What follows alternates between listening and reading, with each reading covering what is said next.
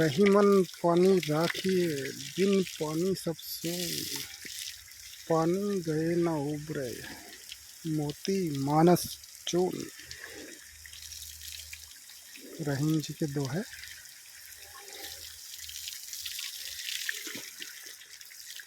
शिक्षाप्रद दोहा। रहीमदास जी कहते हैं कि पानी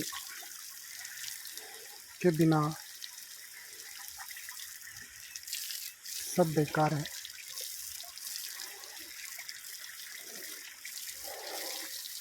पानी ही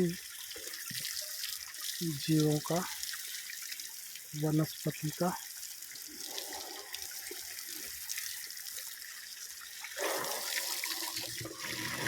आधार है। कवि ने कहा, रहीमन पानी राखिए, बिन पानी सब सून। पानी गए न उबरे, मोती मानस और चून। चून होता है आटा। आटा भी बिना पानी के अपन गूंथ नहीं सकते, भोजन नहीं बन सकता।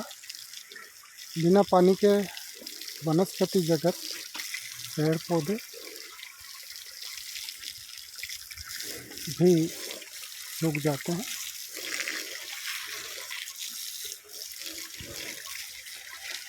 भैंसें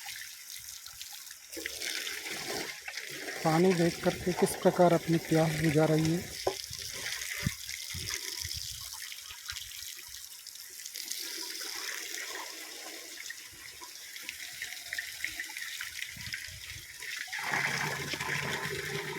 बहुत ही मनोरंजक दृश्य।